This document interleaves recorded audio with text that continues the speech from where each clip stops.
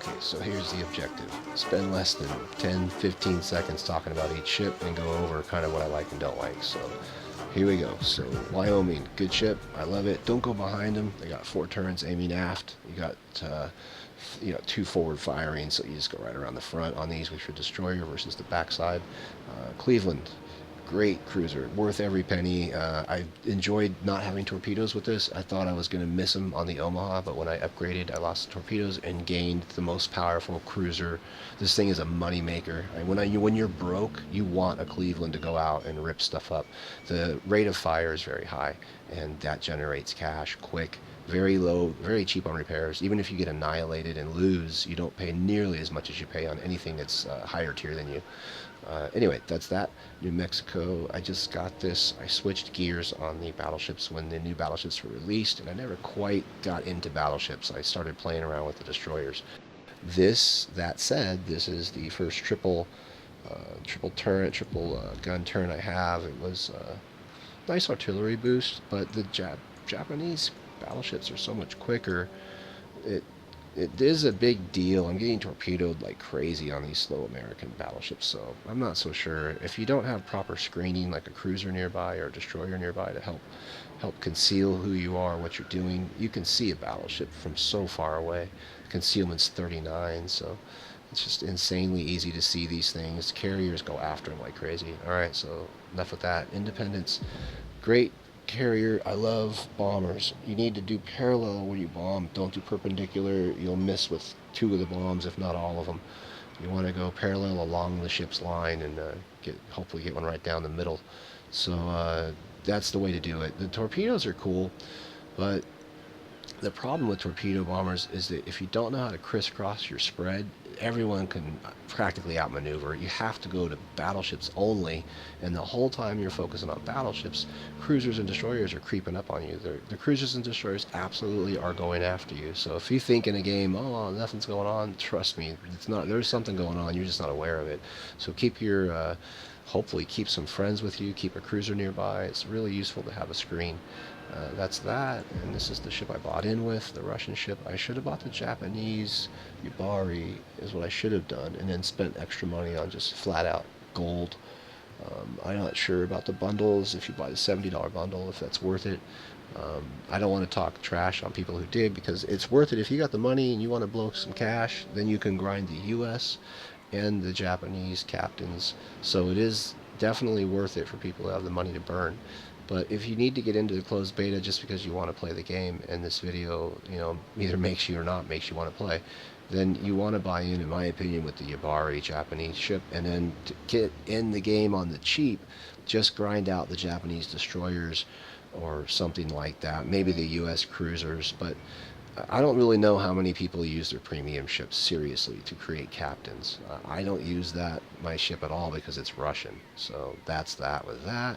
It's a good ship. Best tier 5 destroyer out pretty much. It gets completely outclassed though by anything tier 6, tier 7. So it's a good ship for tier 5.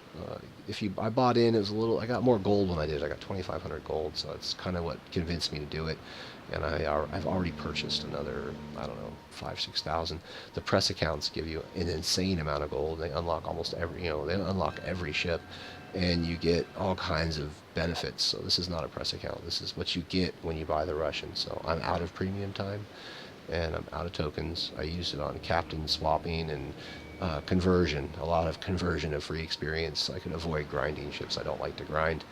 And that's that for the Russian. Next one, Minakaze. I can't even see it, but I know that's what it is. One of my favorite destroyers in the game.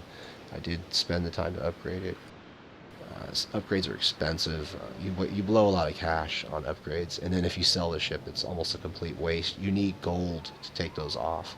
So if you're going to dump a lot of money, like 6 upgrades, 5 upgrades, and you want to get that back, you need to have the gold to do it. So don't spend your gold on your low tier crap, and just sell this stuff on your low tier stuff.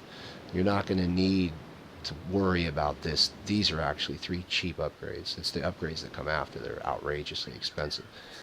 And that's all relative. If you got a premium account, you're making a bunch of money. You're not going to worry about cash. But when you have a non-premium, like I'm standard right now, you have to worry about cash. If I get my tier 8 destroyer, which we'll look at next, great ship, by the way. Minakaze is a great ship. You should, if you like torpedoes, it's a fun tier 5 to play. It's only 3 double launchers, but I like the double launchers because you can do a little bit different patterns than people are used to. The triple launchers are cool, but they're predictable because you're only going to get so many angles off a triple. That extra angle of the second set of torpedoes or the third set of torpedoes, by the way, on the Japanese is fun. This thing sucks as a gunboat. It's absolutely crap. If you go in and try to use your artillery, yeah, I use that term loosely, this thing gets blown away by anything versus it. I don't know if maybe a PT boat could even blow this thing up, but it's just horrible at that. So it's a torpedo runner. The equivalent is a Nicholas U.S. destroyer, and the Nicholas is a serious destroyer for a gunboat. I mean, that thing has great artillery. The only thing better than a Nicholas is the Grimyashi Premium, which is, it's a premium ship, so it's going to be better. So that's that. All right, on to the Zuiho. I just got this. Obviously, haven't finished upgrading it. I'm running out of money because I changed my mind. Changing your mind in World of Warships is about as expensive as it is in World of Tanks. You dump a bunch of money and gold into one line, and then you just realize you don't like it or whatever, and so you just blew all that money. So I've done that twice, and they do updates and release new ships, so I keep, dumping money and free experience and stuff. Anyway, this ship did not get fully upgraded. Great ship. I've actually won pretty well with this so far. The fighters are decent. They're good diversionary fighters. You get to hold a good squad, a good amount of squads, so I find it to be one of the better ships. Oh, sorry, there's the whole upgrade. But, sorry, this is a rough take video, by the way. I'm just going to cut to it. We're almost at the end. Anyway, so flight control on the Japanese ships allows you to have 4 squadrons. I like this ship. I would probably keep this one because you want to keep some lower tier ships if you enjoy having fun with, a little more randomized population. The higher tiers, tier 8, 9, and 10, you tend to find the same people over and over again, and that's cool. I actually have found the community to be really nice people for the most part. You always have a game or two where people complain and say, oh, this team sucks or whatever, but that's the internet. That's just the way it is. That's your online experience changing. So it's a great game. Community's been real solid. I would stress one thing is I wouldn't make as many enemies as people are willing to make in any other game because this is closed beta, so pretty much everyone here is seriously buying into this, and you're going to see them for a long time. I don't know why you'd want to make like a long-term enemy out of closed beta versus good friends and allies. You need allies. You don't need to have them, but there are times when you're facing three friendly squads, free enemy squads, and your team will not have a single squad on it, and or division, whatever, but your team is going to have a decided disadvantage. The nice thing is when the enemy has groups and their groups are terrible, because that takes out a huge amount of their fleet right there, because there's I've seen groups that aren't any good, and what they'll do is they'll tier their friend up into it, so you got like a tier 3 and a tier 5 battle, tier 6 battle, and it's hard not to be kind of angry, because if your primary support is a bunch of people that shouldn't be there, you're going to be a little bit pissy about that. So, and then when you lose and you don't have premium, it costs you serious. When I lose my Fubuki or whatever, this destroyer, it's just a destroyer too. If I lose this, it's like $83,000, and it costs me base level. If I fire a few torpedo fields out there, and then do a couple of shots, you're talking like 18,000 also. So like 100 and something thousand to get this thing fixed for the next battle. And if you die in a match and get annihilated because your team sucks, you get like maybe 20 grand if you did anything. If you didn't do a damn thing, you get $800.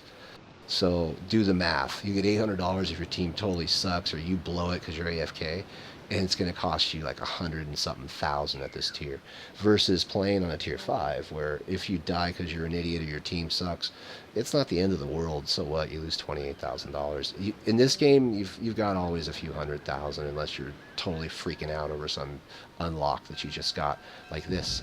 When I unlocked this, I had no money, but I had credit, or I had experience, but I didn't have any money, so I was all pissed off. So I wouldn't play it. I didn't play because I didn't have the upgraded planes. So you can go and like mess around with your elites, you know, your higher free experience earning ships in this game, and then avoid playing this ship at all until you have the money to put into it. And that's pretty much my take on all these ships. I guess I could talk real quick about the Fubuki. It's a 15 kilometer range torpedoes. They're pretty fast. 57 knots isn't bad. Definitely want to see torpedoes over 60 if you can. That seems to be a game changer. Good ship. I've had a great time with it. It's expensive. You can't make mistakes with it. The Minikaze I can screw around with, and I don't usually screw around at all because I'm trying to get money, but if I do screw around or I'm not fully warmed up in the game playing, I'll play with my lower tier ships. I strongly recommend playing where you can fool around and not pay the piper. This higher tier stuff is expensive, just like it was in World of Tanks. So when you die, man, you can run out of money. I've had problems where I've spent too much, went into a fight with a high tier ship right after, and came out just screwed. So anyway, avoid that. That's my take on this. I might do a second video that's more concise. This was just like a single take video of all of my ships. Tactics is a big deal in this, and the exterior flags is a big deal. Not so much as you would think, but there are times when these things are really actually good to have, especially if you're trying to earn the double experience or something, and you're in a ship that has had some problems getting one-shotted. You could use Juliet Charlie flag, for example, and eliminate your chance of a magazine detonation, which happens on destroyers quite a bit. Battleship shoots into you, boom, you know, you're dead. That's it, one shot. It's not a cheat, it's just the way it is. If you've been around when I've tried to defend you, I wasn't harassing you, I was actually trying to help. So if some people get kind of mad when the destroyer's like, you're too close, you know, I gotta get in close if I'm gonna be effective on smoke. AA's only really good, you know, support AA is not gonna help you if I'm 5 kilometers away. So that's pretty much it.